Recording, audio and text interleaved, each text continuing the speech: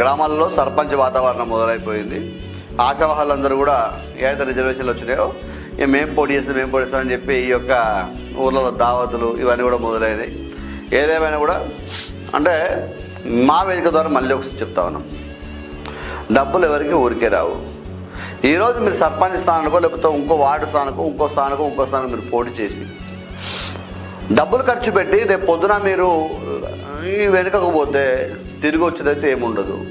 మళ్ళీ కాస్త కోసం కూడబెట్టుకున్న ధనాన్ని మీరు కట్ చేసి ఉన్న పొలాన్నో ఇల్లును అమ్ముకుంటే రేపు పొద్దున రోడ్డున పడాల్సి వస్తుంది. ఆ సందర్భంలో ఏమవుద్ది, రేపు పొద్దున మీ యొక్క కుటుంబం ఇబ్బందికర పరిస్థితులు ఎదుర్కోవాల్సి వస్తుంది. అప్పుడు మంచిగా తెల్లబట్టలు వేసుకుని తిరిగిన మీరు రేపు పొద్దున కూలి పనికి వెళ్ళాల్సిన పరిస్థితి ఏర్పడుతుంది. దయచేసి నేను పోటీ చేయొద్దండి, నేను పోటీ చేయండి, కానీ డబ్బులు నేను రాజకీయం చేయమంటా ఉన్నాను. ఓటు వేస్తే వేసిండు, లేకపోతే లేదు. ప్రజలు కూడా అంటే డబ్బులున్న నాయకుడికి ఓటేసి ఇబ్బంది పడతారా అంటే ఇలా 1000 రూపాయలు తీసుకొని ఓటేస్తా ఉన్నావు. రేపు అభివృద్ధి కావాలన్నప్పుడు ఆ 1000 రూపాయలు ఇచ్చిన వ్యక్తి నేను ఇంకొక 1000 సంపాదించుకోవాలని ఆలోచిస్తాడు, కానీ మీ యొక్క ఊరు అభివృద్ధి కోసం ఆలోచించాడు. గమనించిన మిత్రం, అందుకే డబ్బులు ఎవరెక్కువ ఖర్చు పెడతా ఉన్నారు, ఎవరెక్కువ ఓటుకి ఎంత ఇస్తున్నారు అని చెప్పి కాకుండా ఊరి కోసం ఎవరు అభివృద్ధి చేస్తారు, ఎవరు నిలబడతారు, మీకోసం ఎవరు ముందుకు నడుస్తారని చెప్పి ఆలోచించుకొని ఆ వ్యక్తికి ఓటు వేయాలని చెప్పి మా వేదిక ద్వారా కోరుతా ఉన్నాం.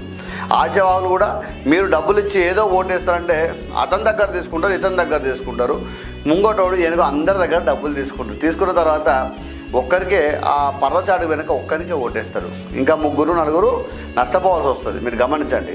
అందుకే ఏమి చెప్తున్నారంటే అభ్యర్థులు అందరూ కూడా అందరూ పోటీ చేసే సందర్భంలో నేను గెలుస్తా అందరికీ అనిపిస్తుంది, కానీ రిజల్ట్ వచ్చిన రోజు బాధపడాల్సిన పరిస్థితి ఏర్పడుతుంది. కాబట్టి దయచేసి ఈ యొక్క డబ్బులు నేను రాజకీయాలు చేయండి.